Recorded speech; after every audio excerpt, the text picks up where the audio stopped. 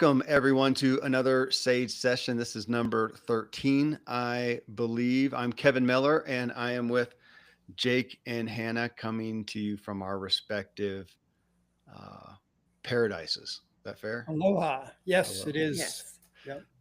And as I always do, and I can see people in the are already there to watch.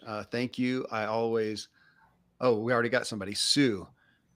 Arne and I are here from the rainy tropics. Where are the rainy tropics? And they're in uh, Cancun, Mexico. Cancun, Mexico. Okay, I am also. I'm gonna ask those of you who are watching live.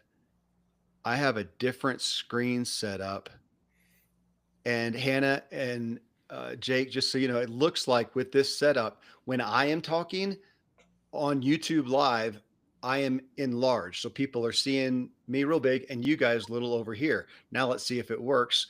Tell us something interesting. Well, have you done that intentionally so you kind of take up the majority of the screen?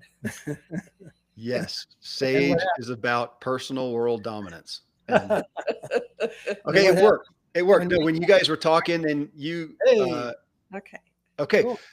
So I will, Michelle Martinez, she says, hello from Rome. Wonderful. Hey, Michelle and Sean, Great. thank you guys. Great. Okay. So as I'm talking here, okay, Ralph says he can see and hear us.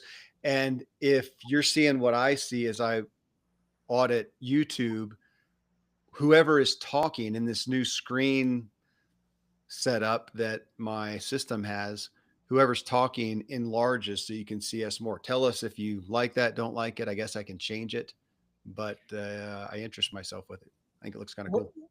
what did it used to be? Did it used to be that they could see all of us at the same time, but we were smaller? Yeah, just I think equally segregated Right. on two sides of the screen, and now it's just going back. Whoever's talking enhances. It's kind of like this in Zoom, it's called the speaker view. Hmm. You see the Okay. speaker. Yes. And Sue says when I talk, it gets larger, but the sound comes and goes. Let's Hmm. see if that's true for other people, though, because that could just be your configuration or your internet connection, Sue. Location. Yes, so please let me know. Judy says hi from Wyoming. Thanks, Judy. Okay, it looks like we're there, and we are going to. We generally go for an hour. We are going to stick to about 45 minutes today. So about 45 minutes after the hour, we'll try to conclude. Sue says, yeah, she's losing the feed some when we change the speaker, though Gary is saying the sound is fine. And Ralph says it's good for him as well. So, Okay, Sue, it well, may be that answer that you never like to hear on tech issues. It's on your end. Sorry for that. I assume. Uh, I'm that's really also sorry if that's not. kind of a sage answer too, Kevin. It's always on your end. It's always on me. Fair enough. Okay. All right. All right. Well, I think we're good. We'll keep going. Please let us know if you guys are having any issues, but we'll go ahead and get started. All right. This is Sage Session 13, our 13th time to come together and talk about subjective awareness and genuine expression. That if you somehow are listening and have not gotten the blueprint for the Sage Blueprint, you can get it at sageprocess.com. Today's topic is, as we have been a lot lately, coming off of a blog that Jake wrote about honesty, and a topic that I have found myself discussing a lot with a lot of people around some of the big topics such as truth and belief and some of these what I look at as fixed issues. So, Jake, though, you want to introduce us to it? Well, I actually wrote that piece because you brought up this topic last week when we were meeting, and it's always come up when we have conversations. And I think that we often mistake what we think is uh, us expressing ourselves and sharing our perspective we often do that in a way where we sound like we are declaring the truth. And as soon as we step into that realm where I'm declaring the truth, my perception is I limit the conversation, I limit the connection with other people. There are times where someone will agree with me in terms of what I represent as the truth. And then we have a bond around our agreement. But our bond only lasts as long as we agree. And people don't always agree. In relationships, people don't always agree. So what we're trying to do in SAGE is move people from thinking about truth to expressing the meaning that I'm making. What are my interpretations? And the more honestly that I express my interpretation, the meaning I'm making, the deeper my connection will be with other people and with myself.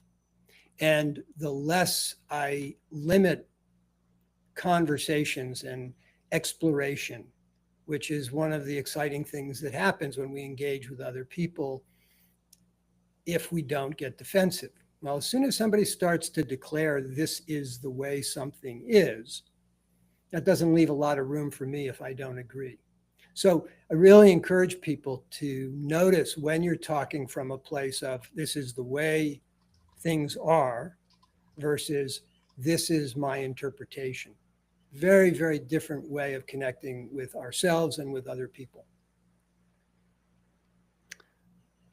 I continue to think about connection, the opportunity for connection, connection with myself. So owning what I am speaking about, and then also giving the best opportunity for connection with someone that I'm talking to. And so, yes, some of this I came to after an in depth discussion with someone I very much respect on the topic of truth, literally the definition of truth. And find myself struggling with how conclusive it is when we say a truth, when we refer to a truth. And my concern is that it does not help connection. If I refer to something as a truth, then it's kind of I'm done with it. It's done, fixed, is how I think of it. It's done, it's fixed. It's not really open for discussion. And if you agree as I do, then we're just still in agreement. I don't know if I gained anything. If you're not, if you have a differing perspective, yet I showcase something as a truth, I see that as a probable disconnect. Therefore, I'm struggling with what is the value of claiming something as a truth as opposed to this is something I currently am in alignment with, I'm in agreement with, something I'm choosing and on to exaggerate the point, gravity. I think most people would say, well gosh, if there's nothing else it's a truth, it's gravity. I am practicing what we have been considering calling complete personal agency. And for my own connection with myself and with the odd chance I'm talking with somebody who doesn't align with gravity being a truth, I'm just going to choose to refer to it, to use my language as something I choose. I'm choosing to have faith today. I am believing in gravity. And so I may not get that close to the edge of that cliff, or I may not fly, or I may not, in my case, I'm not a big fan of the rock climbing, especially free climbing they like to do out here in the Colorado mountains. I'm not going to do that because the way I perceive gravity, that's a little, I discomfort myself with it. I have no need to claim it as a truth. So this is something that I'm wrestling with. I'm not going to come to a conclusion on that either, but that's where I am. How does that track? Well, you've used a variety of words, one of them being belief and Yeah. and believing. And my perception is that we have confused ourselves around belief. And part of it is because part of the way I confuse myself is that the meaning of belief has changed over a long period of time. Originally, the idea of belief was an emotional act of trust. It had to do with holding something dear, that something was dear to me. That's what belief was originally. Yeah, post enlightenment, the word changed and we started to use it as a cognitive act of assertion. In other words, we didn't make a distinction between belief and fact. And for the most part, we don't today. Most of the time, when people say, I believe this, they're representing that this is a fact, whatever they're talking about. So we want to open this up and encourage you to be more self-reflective and notice when you're talking how adamant you are or how strongly you hold on to an idea. And does when you do that, are you leaving room for other people to have different perceptions, different interpretations?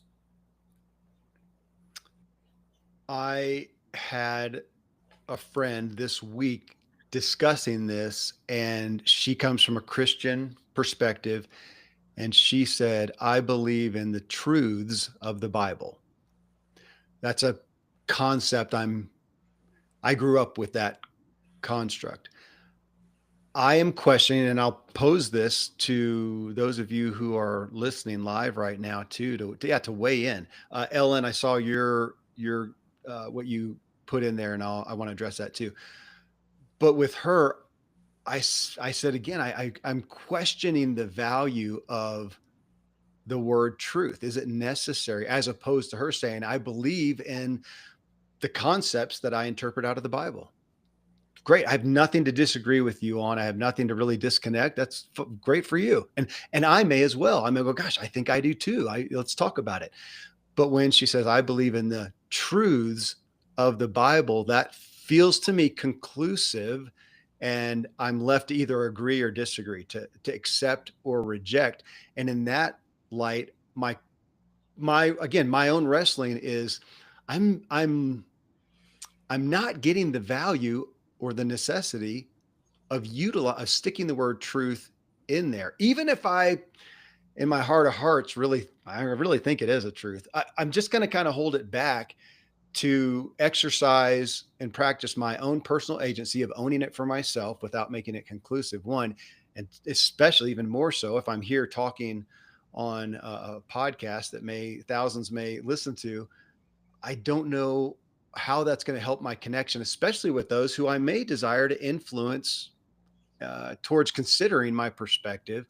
I'm just going to own it and say, gosh, I really have some things that I'm believing in that I find in this case in the Bible. So you said, I'm trying to remember the exact words, but I think what you said was, I'm choosing to believe in it. Did I?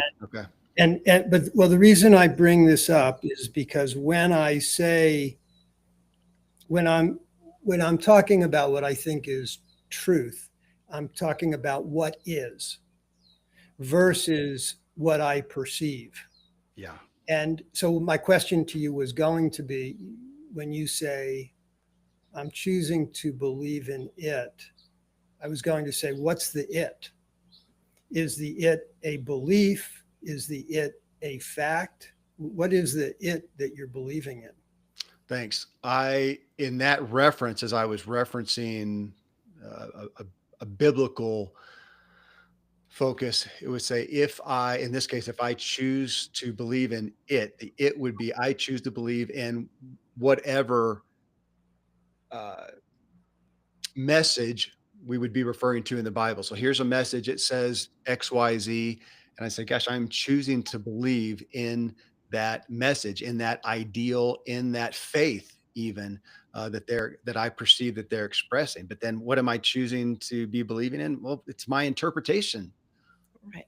of it is how I'm gonna look at it. But what I've come from is saying, unless we all know it's objective fact or truth or whatnot, again, I'm losing traction with even wanting to go there. I don't know the need to.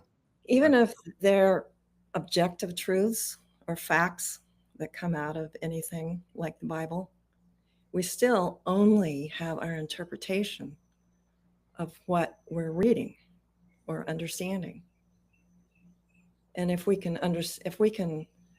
go to a place where we realize that what we're believing is only our interpretation, then we have the flexibility to um, open ourselves up. And then the question is, well, how do I do that? And our answer is using the language of what Kevin is now calling complete personal agency. And the reason he's added the word complete, and I like this, is the idea that if I do a little bit of this, it's like I put my toe in the water. I get a sense, but I quickly go back to sleep when I take my toe out of the water. And what we're wanting to do is we're wanting to continually wake ourselves up all day long, every conversation, every interaction, keep waking myself up. And one of the best ways we know to do that is by using this language of personal agency. The word it that we've already called out that I used once, that discussion is a lot of what I help myself come to that idea of I want to practice complete personal agency and further the language of personal agency because I want to practice what I feel continually wakes me up. And so, because before then I'm going, okay, where does it make sense to take personal agency of the word it and not use it to own it? And where is it benign? Where does it not really matter? I just confused myself Yeah. doing that and thought, it's just easier. Just let me see if I can eradicate the word it completely. And in doing so, what I find myself doing is having to slow down, having to think about what I'm actually saying. And in the use of it, instead of using it, figuring out what is the it, as you just asked me, that I'm referring to, because you may not know, it may be unclear. And let's make it clear to me. As I then go clarify what it is to me, I often wake myself up to a further motive, a further clarification. And so it's just my personal exercise practice, I would say, of complete trying to speak in this way, complete personal agency language. And it's you can hear it.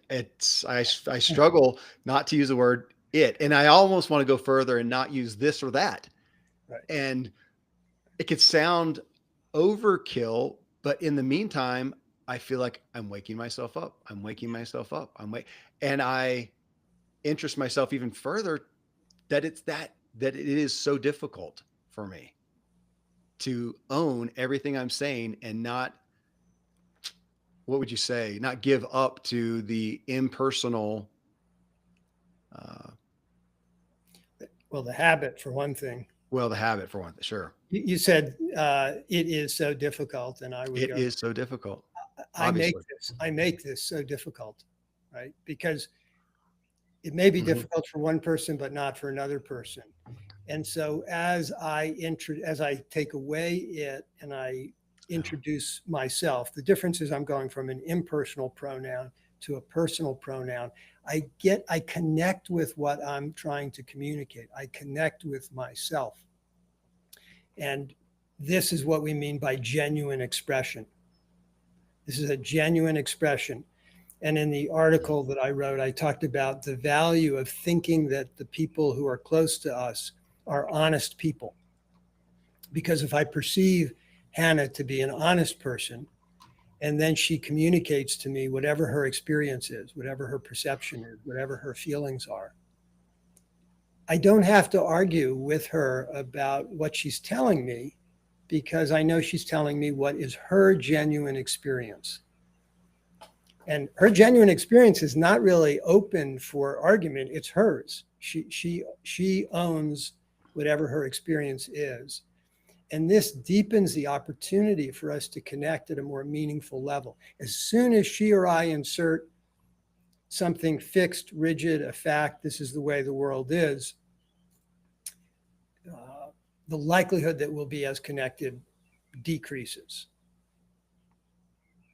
And by the way, we have fun with this. I mean, we've been doing it for 25 years, and when we're just being casual, we're throwing in its and that's and theys, and On purpose. we catch each other, we Yeah. correct each other, we laugh about it. I'll say it was great, and Hannah will look at me and go, "It was," and we just keep laughing our way along as we wake ourselves up. And I enjoy that. Yeah. Good. we de-rigidify ourselves with our language. De-rigidify. Yes. I, this topic of honesty, and I do want to address a couple of the comments here. This topic, referring back to just a moment ago when I said believe, I'm believing in it. It also assumes you know what I'm talking about, Right. as opposed to being absolutely clear. You can't miss it. I think I do. I think I, in conversation, a lot of times just kind of get a head nod and keep the conversation going. And as people refer to it, I don't know what they're talking about. And I think it's just a shallower conversation. And it may be with somebody who I don't care to deepen with. Fair. But okay. I want to come back up though. I don't want to miss it before it disappears on the chat. Ellen, in our initial discussion on truth, she says, my truth versus the truth, a world of difference. She says she's tuning in from Mexico. That aligns to me with the reality. There's, okay, not reality, but it's my reality, my truth.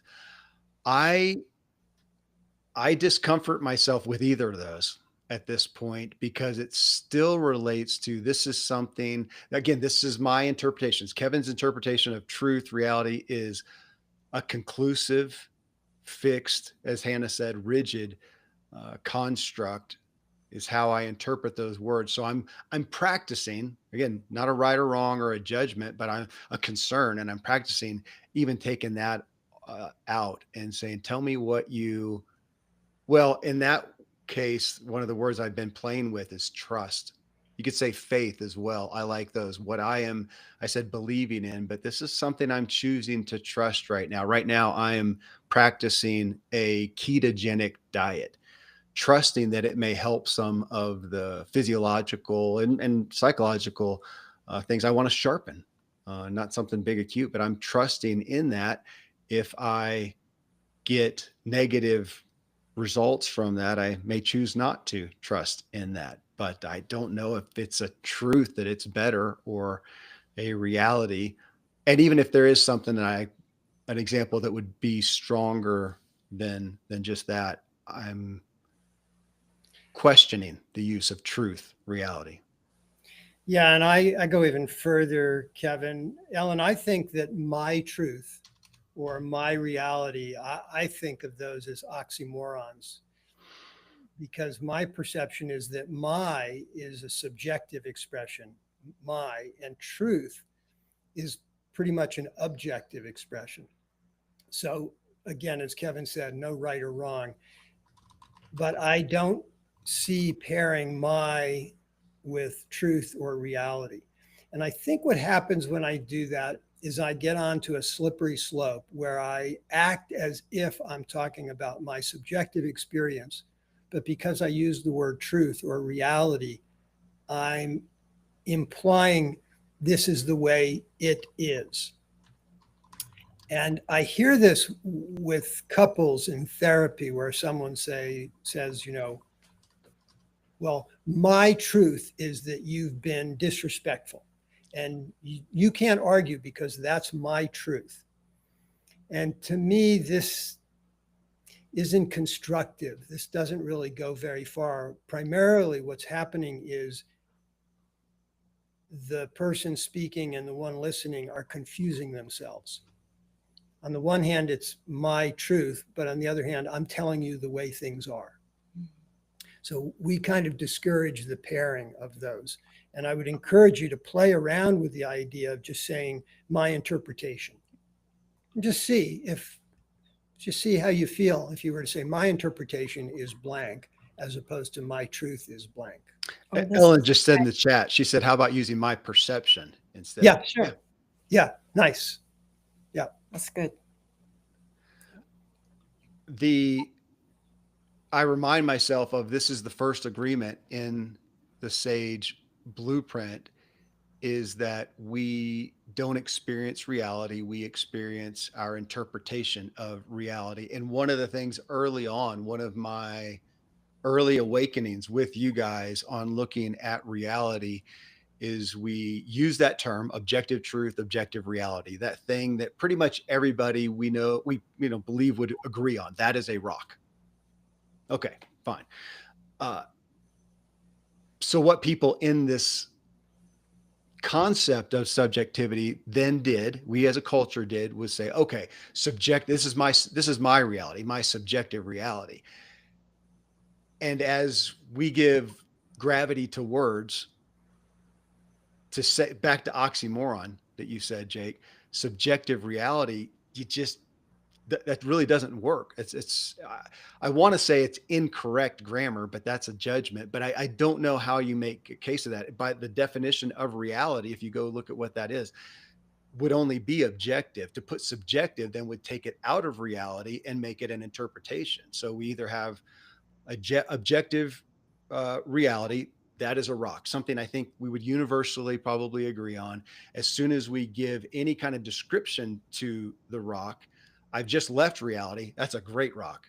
That's a dumb rock. That's a misplaced rock. That's a whatever. As soon as I put that, I just left reality and just jumped over into my interpretation. And thus, that's our call, is to change my language from an objective to a subjective. Now, again, we've been talking on this, my own practice here, and what we're really asking for agreements with Sage is to, why not, some of the question at hand here, why not just accept? That'd be a question, guys, Jake and Hannah, and those listening.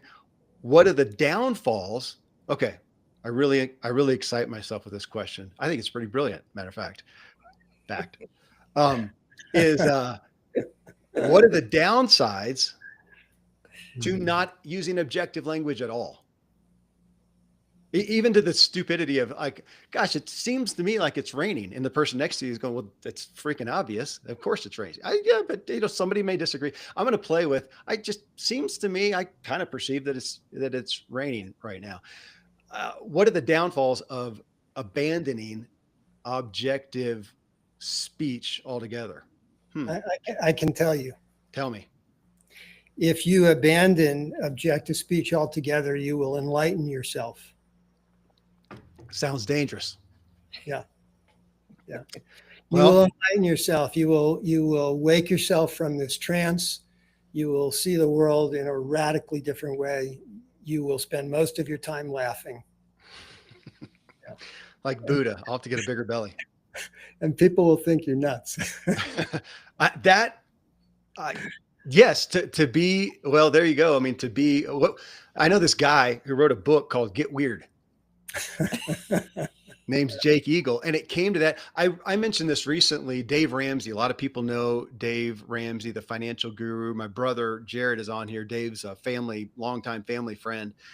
And one of his lines in his quest to help people get out of debt, which is very countercultural if you just look at the norms and the stats, and he would say, live like nobody else, weird, so you can live like nobody else with financial freedom outside of debt. I've always found value in the concept. I do like that. I keep playing with that. What are the downsides of abandoning objective language altogether, which would be, it is, that is, I am, you are, this is.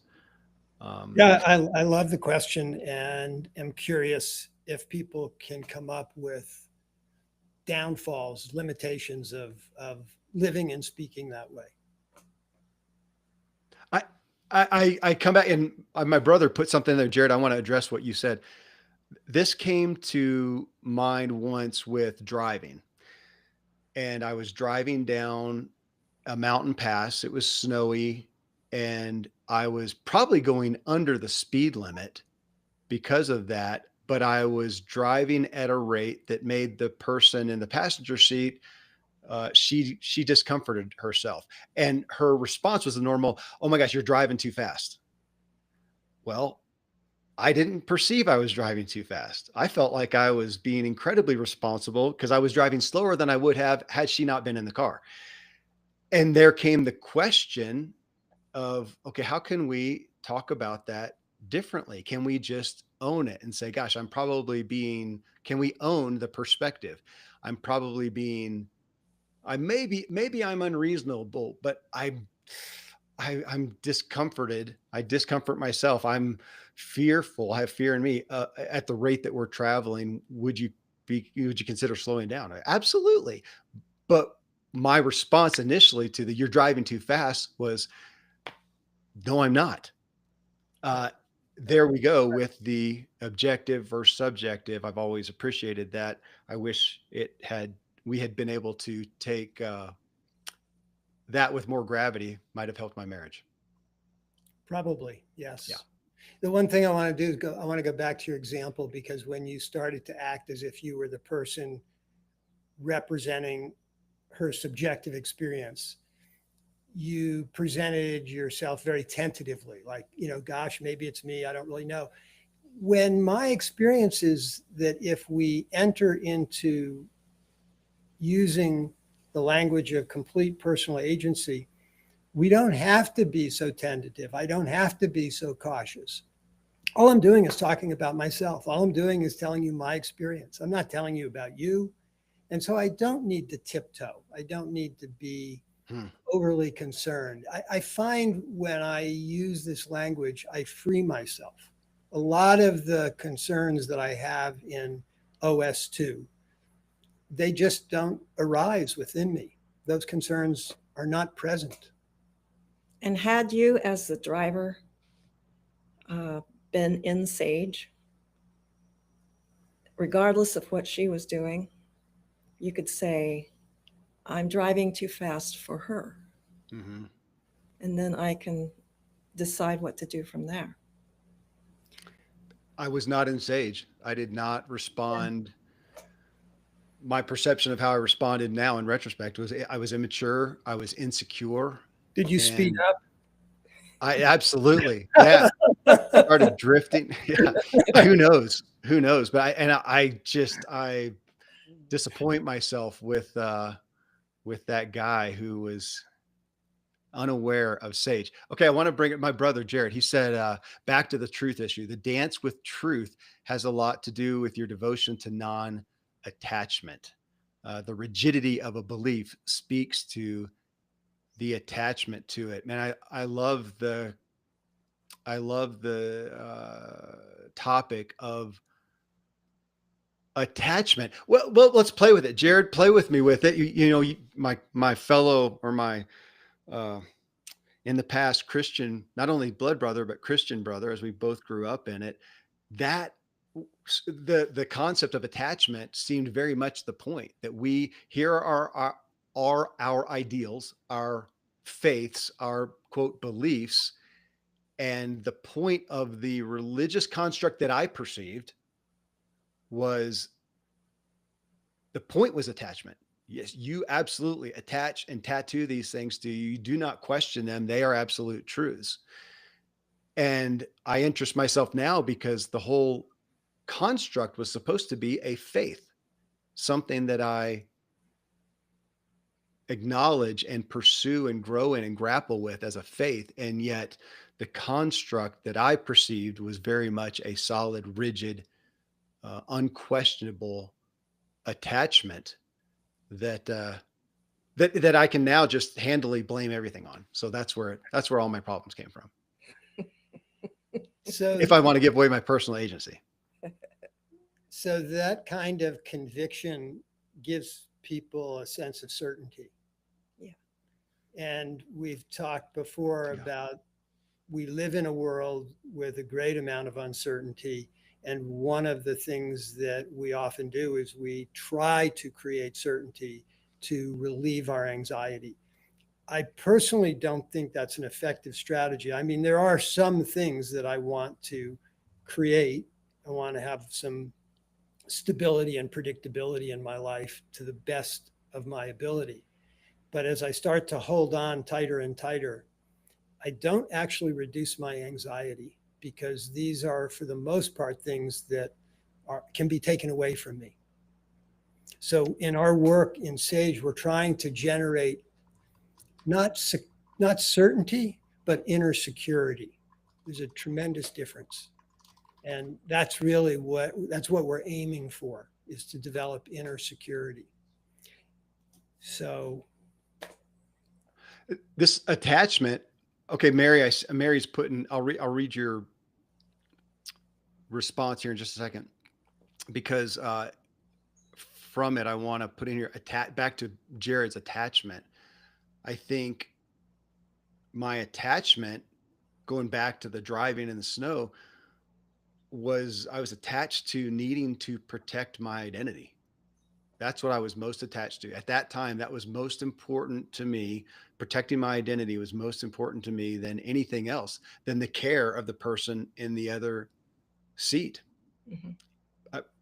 I mean, if I could go back and play an audio recording, I am pretty confident everybody would agree with that. And I am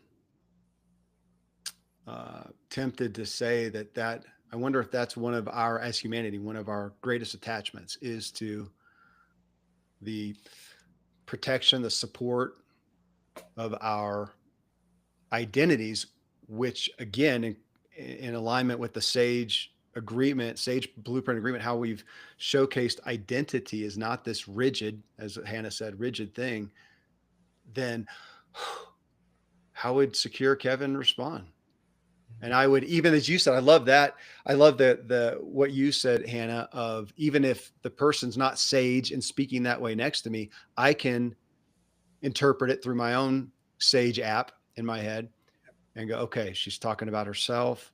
I care about that self. I don't need to protect myself. Right. Slow down. yeah, beautiful. And that's simple, by the way, really.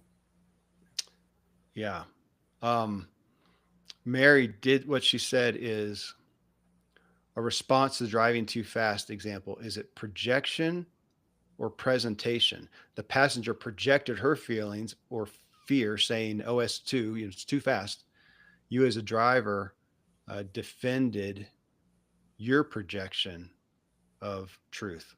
Yeah, yeah. It's not so much about projection, Mary, because the passenger wasn't really telling Kevin about him as much as she was saying, we are going too fast, right? This is scary. This is dangerous. So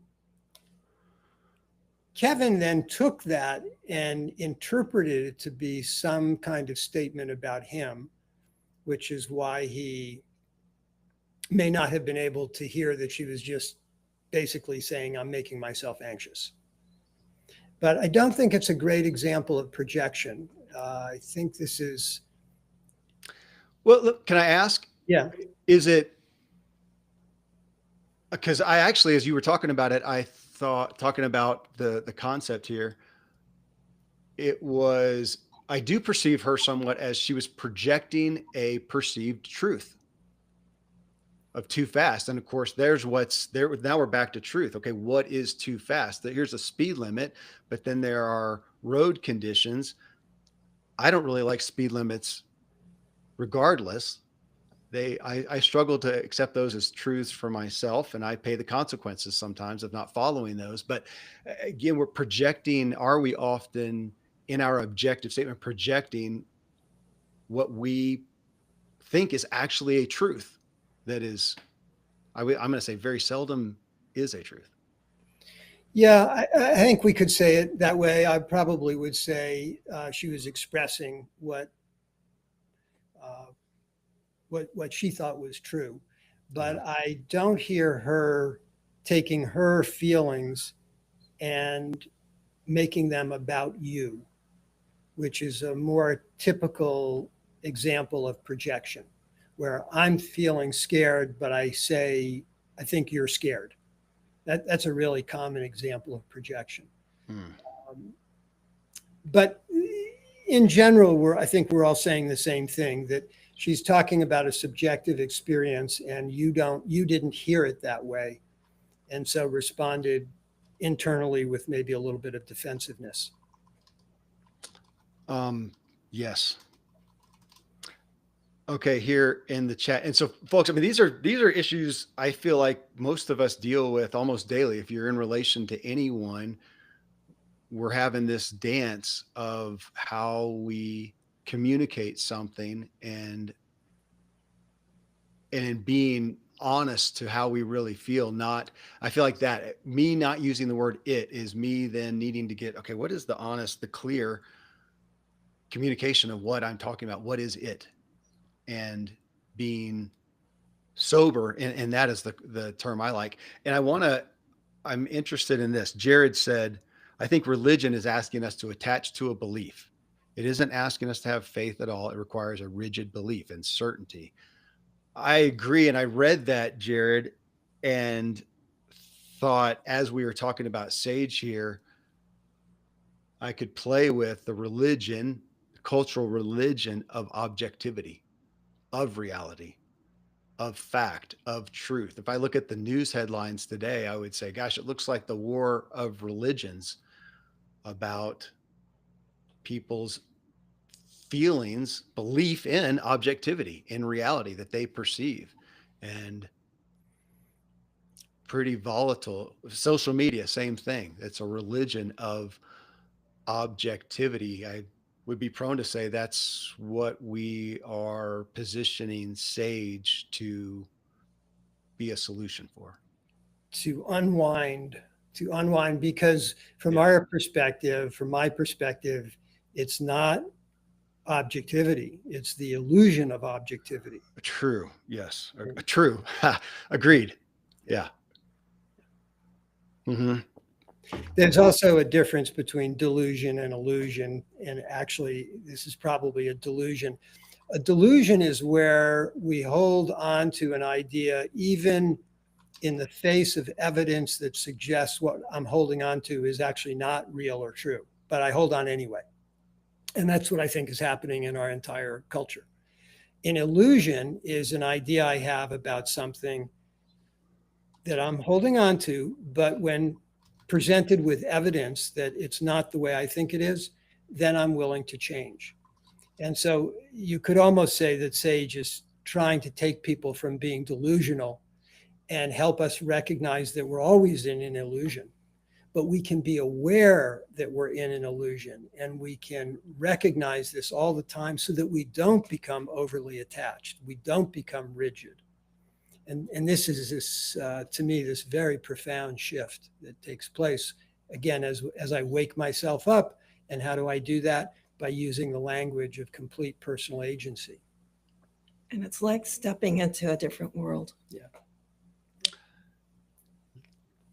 My experience is stepping into a different world of awakening to everything that I'm seeing that I have perceived as reality is just Kevin's interpretation. And I blew my mind with that and still continue to, I think, this topic of honesty.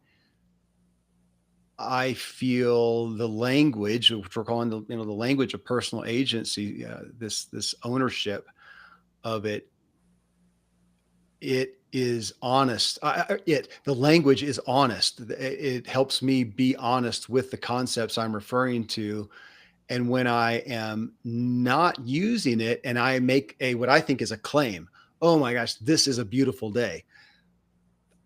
It's a little harsh, and I know we're not using it within SAGE, but for myself, I'm going to perceive that reference as dishonest to say it is. It's because somebody else could interpret it differently. I have some kids who love overcast days, and they're not real fans of the bright up here in the mountains, intense sun. So when I say it's a beautiful day, they're going, I'm kind of disappointed. Okay. That's just okay. To be honest, then this is the kind of day that I inspire myself with. I'm planning on going for a ride, and this will serve that really well. And they're going, yeah, I wanted to stay inside and have a hot beverage with cool temperatures, and sun just ruined it for me, ruined my desire. Yeah. Honesty. I need to correct something I said. I said it is like stepping into a different world. Ah, Yeah. So what do you want to say? I want to say my perception is that I am stepping into a different world. yeah. Yeah. I think somebody said, oh, Jared did. I often say my experience. Yeah, I like Yeah. that. I found myself playing with those terms that with Sage that are in regards to our lived experience, my lived experience, and again, it's another way of saying interpretation. I see Ralph, you said, uh, I have you and Mary both fearing yourselves and the too fast exchanged. You identify Mary with physical safety. Um, Not sure I'm totally following you, Ralph. Maybe rephrase that for me. And we'll probably wrap up here shortly as well.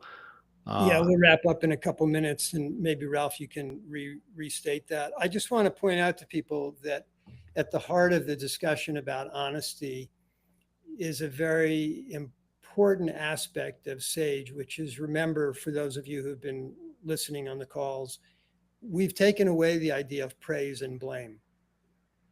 And that's almost a prerequisite for us to be able to be honest. Because oftentimes, when I want to be honest, if I'm living in a world where I fear being blamed or I'm dependent on praise, I'll hesitate to be honest because I don't know how my expression will be received. In a SAGE orientation, I don't have those questions in my mind. I'm not thinking about that. I'm really thinking about how do I express myself in the moment in a genuine way while taking complete responsibility, ownership for whatever it is I'm going to express, whatever it is I'm going to say.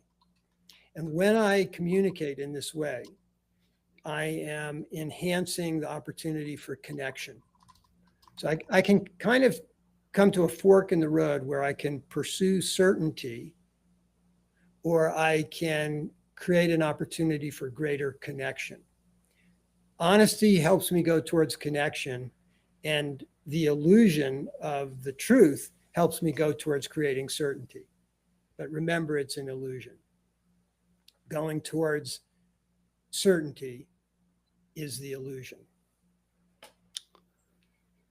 and Ralph clarified that he was talking about identity. And just to what you said right there, Jake, that's why, in Sage, we have one of the three agreements is on identity. And I feel like awaken myself as I address everything, but especially relational communication, and strive to address the interaction with no threat, with what I think of as a secure identity, that I don't need to address this communication to protect or support myself. I'm okay. If I'm not in physical danger, if you're not pointing a gun at me, I'm probably okay. I'm probably not really at risk of anything. So take a deep breath, lower my shoulders, lower my talk, listen, and how can I, what would be, what would be a constructive or even a relevant communication and response if I'm okay. I don't need it for me. I think that with so many of the issues that we're dealing with in today's culture, how much is, and I don't know, but I question how much is about the issue and how much is just about me. Yeah. Well, that's it. There we go. That's it. That's That is it. Thank you guys. I had a big crowd here today, and grateful for the feedback and for the topic. Felt pretty honest. Fair enough. All right. Yeah, I don't know. I don't know if it was the truth. I don't I don't care. But I felt pretty honest within it. Thanks for Me too. thanks for the aid and honesty. Folks, thanks for being here. Jake, Thank you Hannah, all. Thank thanks. you. See you.